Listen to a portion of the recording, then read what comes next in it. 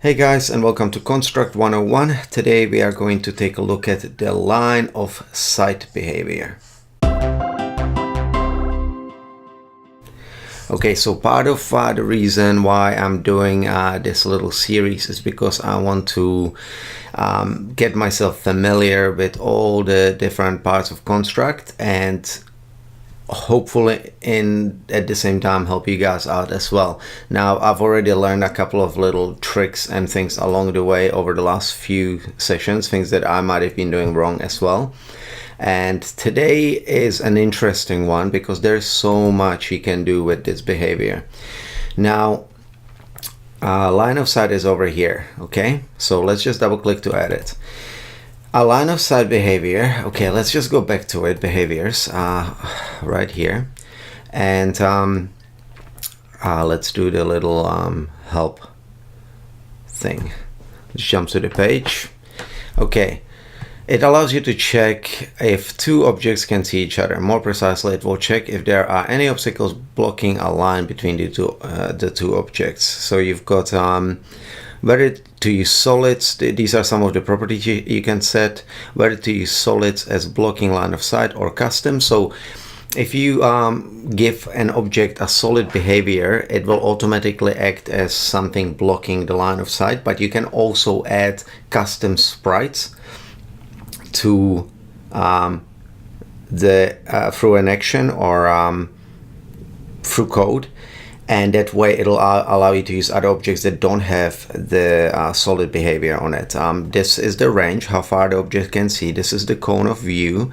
I'll explain that soon. And collision cells, that just add some precision to the actual behavior. This has line of sight to object, some conditions, has line of sight to position. Okay, so you can check specific things. You can add some actions. You can clear any obstacles you might have added through code. This is for the custom one. You can set the cone and the range. Pretty simple, okay. However, it allows you to do so much. So let's just lock the background. Okay, and what we're going to do is just add a little box. I'm going to make it not too big. Let's just go for 64 by 64 and fill it this color. That's good. Okay, now this is going to be our, what is it going to be? Now we're going to have, okay, this is going to be the bit that we move around, and I'm going to create another one which is going to act as the solid or the barricade or whatever. Okay, so I'm just going to make this a little bit smaller because it's a bit big. All right, so this is the line of sight behavior now. If we use solids, that means that any solid on the layout will act as barricade. It will stop the object being able to see what is behind it. So we're trying to see if Blocky can see this little ready square down here. Now, if we make this a solid, Blocky won't be able to see that square, and I'll show you how that will work very soon. So what we need to do is on this blue block, we're just going to add the solid behavior. Now, I'm not going to explain exactly what the solid behavior does. We're just going to have a really quick overview, and then we'll talk about it later. Like I said, I want to go through these general ones first, then the ones at the bottom, and then I'll go through the attributes as well. But we might touch some of these on the way. So solid, let's have a really quick look. So solid basically, solid behavior makes other behaviors react to the object as if it were an impassable obstacle. Yeah, objects with this behavior are referred to as solids. It affects the following behavior. So the behaviors that use solids are a direction, bullet, car, line of sight, as you see, platform behavior, pathfinding, and movement. Now, very important to note that the physics behavior is not affected by solid objects. Instead, use the physics behavior with immovable enabled. Okay, so that's quite important to remember. these are the ones, these are the behaviors that it affects. Okay, so we've got a solid, and now this has got the line of sight. Now what's important is the range. We'll just leave it as is, that's fine, you can play with it. I think this is in pixels, yeah. The cone of view is quite important. 360 means that basically Blocky will now be able to see all around. Okay, now what's interesting, and you got to remember, is that when you are measuring degrees from your sprite, it takes the cone of view from the right. Okay, so let's say if I set the cone of view to 180. Okay, let's just try the 360 first. We're going to do this really quickly. Go into event sheet 1, and we're going to say if Blocky, and we're going to find the line of sight, which is over here, has a line of sight to object, and we're going to choose the little reddish block. Okay, then the reddish block will set the opacity. I'll just look it up. I always forget about the fact that you can quickly look these things up. 25%, so we'll make it transparent. Otherwise, if it doesn't have line of sight to the object, then we're going to set the opacity back to 100. Okay, now let's just run this, have a really quick look at what happens. So right now it's 100 because it can't be seen. Now if we want to actually be able to test it, we need to be able to move this around. So we're just going to add a little behavior on this, and we're just going to go drag and drop. Okay, so right now it's behind the blue block and it can't be seen.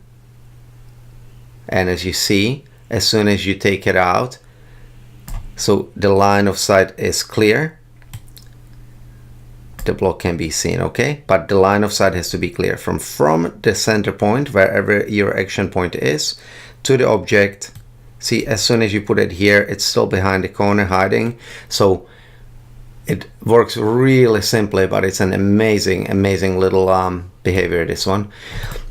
Now let's say you want to make the cone of view smaller. So let's say we want to make it 180 degrees. Okay, so that would only make it half. So basically that would be like seeing in front of yourself and to the sides. So I'm thinking sort of a cone like this, half circle, peripheral vision to the sides and to the front as well, but you won't be able to see behind you. So let's see how that works. Let's put this block to the side because we're not going to use it. Now the block can be seen. Now as you see, something strange is happening. The object can be seen on this side and not on this side. So what's important is you realize that every time you make your sprites, if you want them to be facing and want to line up with the line of sight correctly, you have to make sure that they're facing to the right. Okay, so if I wanted to now fix this, I could either flip the object inside here, like by doing something like that, and turning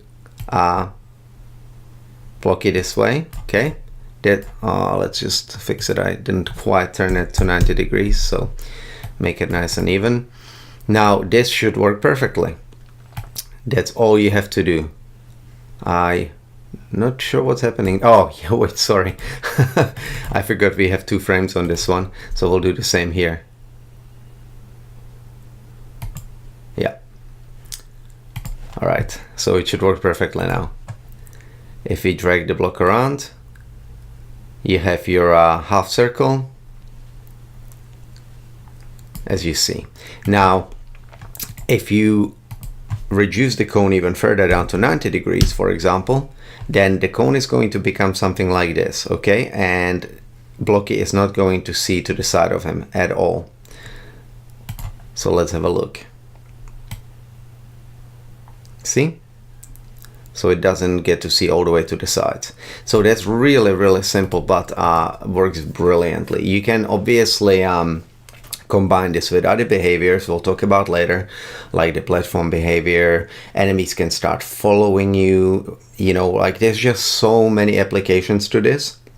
You can make stealth games where if you get spotted, you lose the level.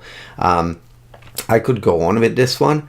There are, like we talked about the actions already and the conditions that this object has. You can even check for a position if the object can see a particular position. All of it is very simple to add through code, as you see.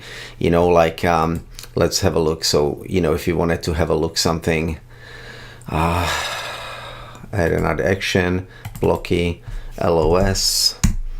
Oh, this doesn't particularly have anything, right? Let's go backwards. I'm just trying to see.